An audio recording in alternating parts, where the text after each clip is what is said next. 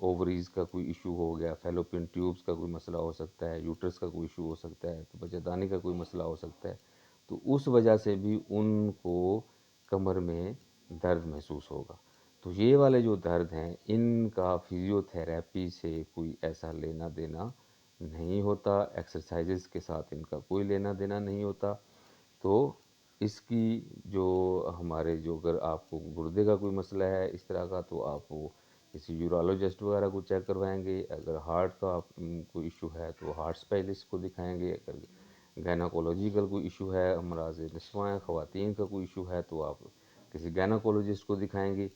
اور اگر آپ کا پتے لبلبا وغیرہ کا کوئی ایشو ہے، میدا جگر آنت کے جو میڈیکل اسپیشلسٹ وغیرہ ہوتے ہیں، تو پھر آپ نے اس کو دکھانا ہے۔ تو یعنی کہ آپ نے اس کی جو کاز ہے، یعنی ان میں سے جو بھی ریزن ہے آپ کی کمر کے درد کی، تو آپ نے اس کاز کو ختم کرنا ہے، یعنی اس کے متعلقہ ڈاکٹرز کو دکھا کے، تو تب آپ کا یہ جو درد ہے نان اسپائنل پین ہے وہ ختم ہوگا، ورنہ ایکسرسائزز سے یا فزیو تھراپی سے یہ درد ختم ہونے والا نہیں ہے۔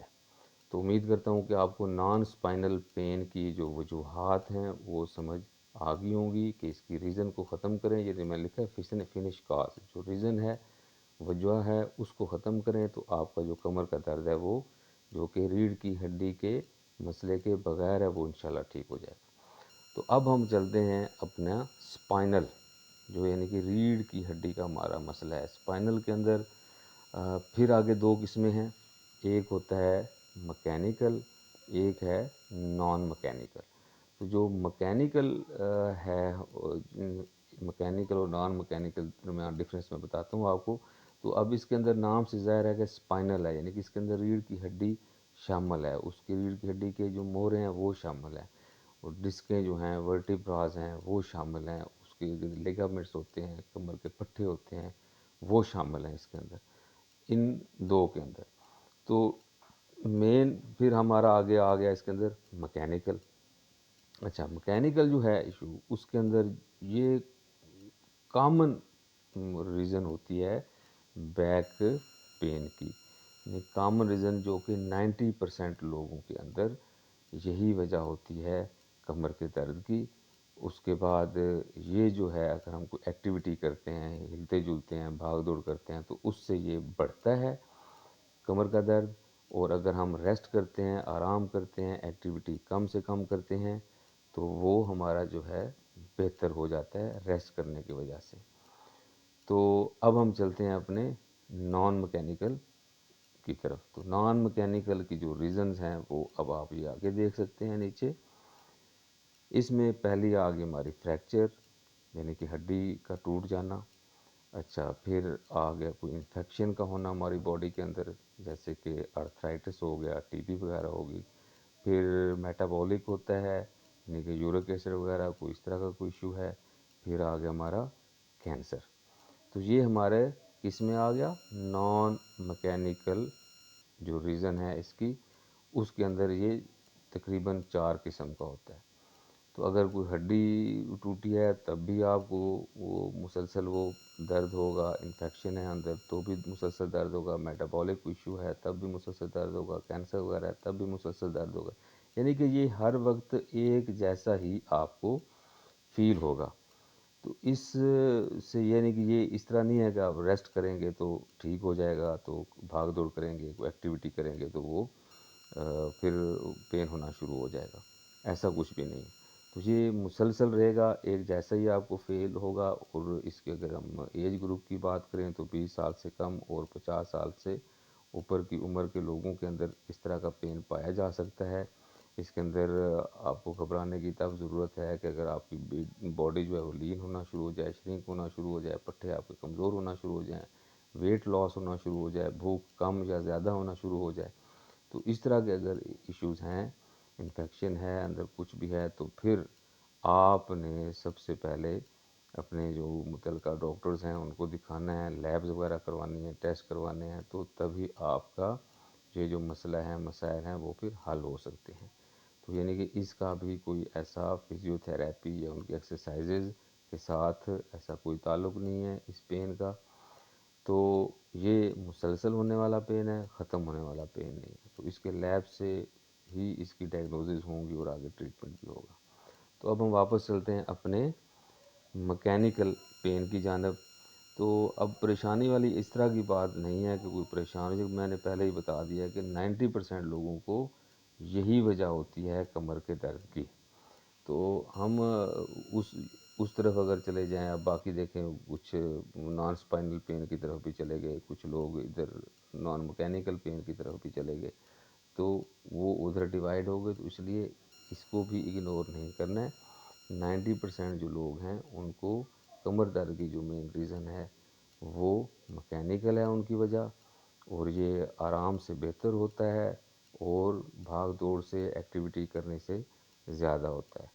تو اس کی مین جو وجہ ہوتی ہے وہ ہمارے ہیومن ایرر ہے، ہماری اپنی غلطیاں ہیں۔ ہماری غلطیاں کیا ہیں کہ ہم اٹھتے بیٹھتے سوتے جاگتے اپنی مرضی سے ہیں، کوئی ہمیں اویئرنیس نہیں ہے کس طریقے سے اٹھنا ہے، کیسے بیٹھنا ہے، کیسے سونا ہے، کیسے جاگنا ہے، تو اپنے وزن اٹھانا کس طریقے سے ہے، کوئی بھی اس طرح کی ایکٹیویٹی ہے اس کو پراپر پرفارم کیسے کرنا ہے۔ تو اس لیے یہ ہماری اپنی غلطیوں کی وجہ سے ہوتا ہے کہ ہم لوگ اپنا پوسچر غلط رکھتے ہیں، تو اس پوسچر کی وجہ سے آہستہ آہستہ پھر ہمارے جو اسپائنل کارڈ ہے وہ بھی جواب دینا شروع ہو جاتی ہے، ہمارے کمر کے پٹھے بھی جواب دینا شروع ہو جاتے ہیں، وہ پھر ہماری جو پٹھے جب جواب دینا شروع ہو جائیں گے، سپورٹ ختم ہو جائے گی ہماری، تو وہ ڈائریکٹلی ہمارے اسپائنل کارڈ متاثر ہوگی، اس کی پھر ورٹیبراز متاثر ہوگی، اس کی جو ڈسک ہیں وہ متاثر ہوگی، پھر نروز ہیں وہ متاثر ہوں گی، تو پھر ہمارا وہ آہستہ آہستہ پھر وہ ہم نے کیا ڈسیبلٹی کی طرف چلے جائیں گے، جسمانی معذوری کی طرف چلے جائیں گے، پھر شیٹیکا ہو سکتا ہے، پھر اور کافی سارے ڈسک بلج ہو سکتا ہے، ڈسک ہیرنیشن ہو سکتی ہے، کافی سارے پھر مسائل اس کے بن جاتے ہیں۔ تو اب آپ نے دیکھا کہ یہ جو آج کی ویڈیو کے اندر میں نے بڑا تفصیلاً بیک پین کی جو وجوہات ہیں اور ٹائپس ہیں وہ ساری اس کے اندر ابھی آپ کو سامنے اس میں نظر بھی آ رہا ہوگا، کمپلیٹلی میں نے اس چارٹ کو سامنے آپ کے کر دیا ہے، تو یہ میں نے ریزن ساری آپ کے سامنے رکھ دی ہیں۔ تو انشاءاللہ اب کچھ ویڈیوز آلریڈی موجود بھی ہیں، مزید اگلی ایک ویڈیو ہم پراپر کمر کے درد کے اوپر بنائیں گے، کمر درد کی جو ایکسرسائزز ہیں اس کے اوپر بنائیں گے۔ تو اپنا زیادہ سے زیادہ خیال رکھیے گا، اپنے پیاروں کا خیال رکھیے گا، مجھے دعاؤں میں یاد رکھیے گا۔ ملتے ہیں انشاءاللہ تعالی اگلی کمر کی درد کی ویڈیو میں، تب تک کے لیے اللہ حافظ۔